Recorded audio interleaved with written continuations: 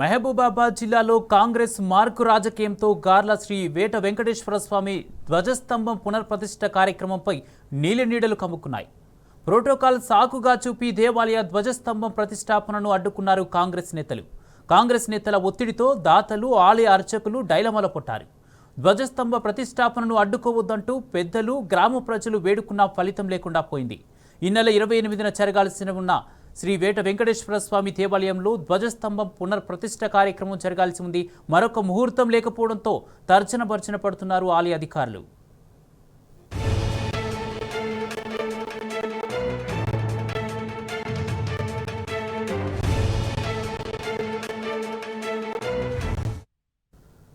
మహబూబాబాద్ జిల్లాలో కాంగ్రెస్ మార్క్ రాజకీయంతో గార్ల శ్రీ వేట వెంకటేశ్వర స్వామి ధ్వజస్తంభం పునర్ప్రతిష్ఠ కార్యక్రమంపై నీలినీడలు కమ్ముకున్నాయి. ప్రోటోకాల్ సాకుగా చూపి దేవాలయ ధ్వజస్తంభం ప్రతిష్టాపన అడ్డుకున్నారు కాంగ్రెస్ నేతలు.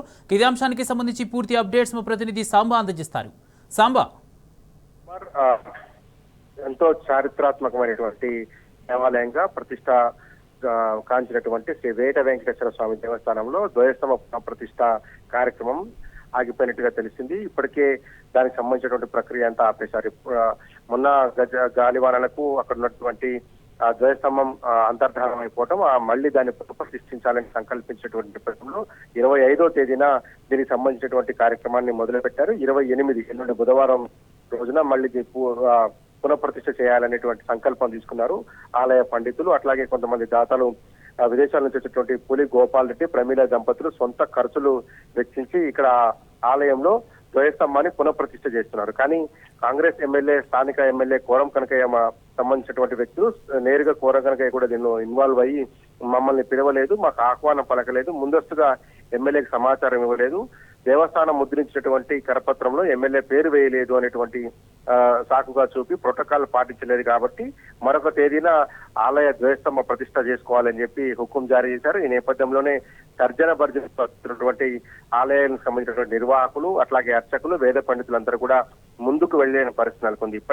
ఇప్పటికే అక్కడ హోమగుండాలు కావచ్చు, అక్కడ ఉన్నటువంటి ప్రతిష్టకు సంబంధించినటువంటి అన్ని రకాలైన కార్యక్రమాలను పూర్తి చేసి కార్యక్రమాలను నిన్న 25వ తేదీన మొదలు పెట్టారు. కానీ అధికార పార్టీకి సంబంధించినటువంటి అక్కడ ఉన్నటువంటి వివాదం కావచ్చు, మిగతా అధికారులు కావచ్చు, దేవస్థానం అధికారులు కావచ్చు, దాంతో పాటు స్థానిక పోలీసులకు సపోర్ట్ అవసరం అవుతుంది. కొన్ని వేల మంది తరలి వచ్చేటువంటి దేవస్థాన ధ్వజస్తంభ కార్యక్రమం, ప్రతిష్టా కార్యక్రమం కాబట్టి లోకల్ సపోర్ట్ అవసరం అవుతుంది. ఈ నేపథ్యంలోనే ఎమ్మెల్యే దీనికి అడ్డంగా తగలడంతో మొత్తం కార్యక్రమాన్ని రద్దు చేసుకునేటువంటి యోచనలో నిర్వాహకులు ఉన్నారు. దాంతో పాటు వాయిదాకు ప్రయత్నించినప్పటికీ మరొక ముహూర్తం లేకపోవడంతో వాయిదా వేసేటువంటి పరిస్థితి కూడా లేకపోయింది.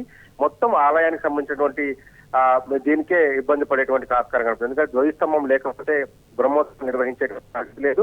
ఎమ్మెల్యే ఒత్తిడి మేరకు 3 పేర్లను కూడా వారు ముద్రించి మళ్ళొక కరపత్రం కూడా ముద్రించారు. అయితే ఇందులో కూడా ఒక వివాదం చోటు చేసుకుంది. ఎందుకంటే కేవలం ఒక మంత్రిని పేరు మాత్రమే వేశారు, మంత్రి పొంగులేటి శ్రీనివాసరెడ్డి పేరు మాత్రమే వేశారు. ఎందుకంటే ఇది ఇల్లందు నియోజకవర్గానికి సంబంధించినటువంటి మండలం. ఆ మండలం భద్రాచలం జిల్లా కేంద్రంగా తీసుకుంటే మంత్రి తుమ్మల నాగేశ్వరరావు పేరు, అట్లాగే డిప్యూటీ సీఎం భట్టి విక్రమార్క పేరు కూడా వేయాల్సి ఉంది.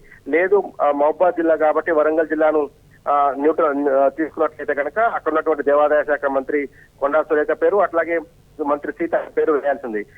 ఇవన్నీ కాదని కేవలం కోరం కనకయ్య సూచనల మేరకు ఓన్లీ మంత్రి పొంగులేటి శ్రీనివాసరెడ్డి పేరు వేశారు, కోరిక బలరాం నాయక్ పేరు, అట్లాగే ఎమ్మెల్యే కోరం కనకయ్య పేరు వేసినప్పటికీ కూడా వారు శాంతించకపోవడంతో ఈ కార్యక్రమంతో వేరొక ముహూర్తం లేకపోవడంతో అధికారులు దీన్ని మళ్ళీ కొనసాగించేందుకు చర్చలు జరుపుతున్నారు. కానీ అధికార పార్టీ నుంచి మాత్రం ఎలాంటి సూచన రాలేదు. ఇప్పటితో దాంతో నిలిచిపోయినట్టుగా మనకు తెలుస్తా ఉంది.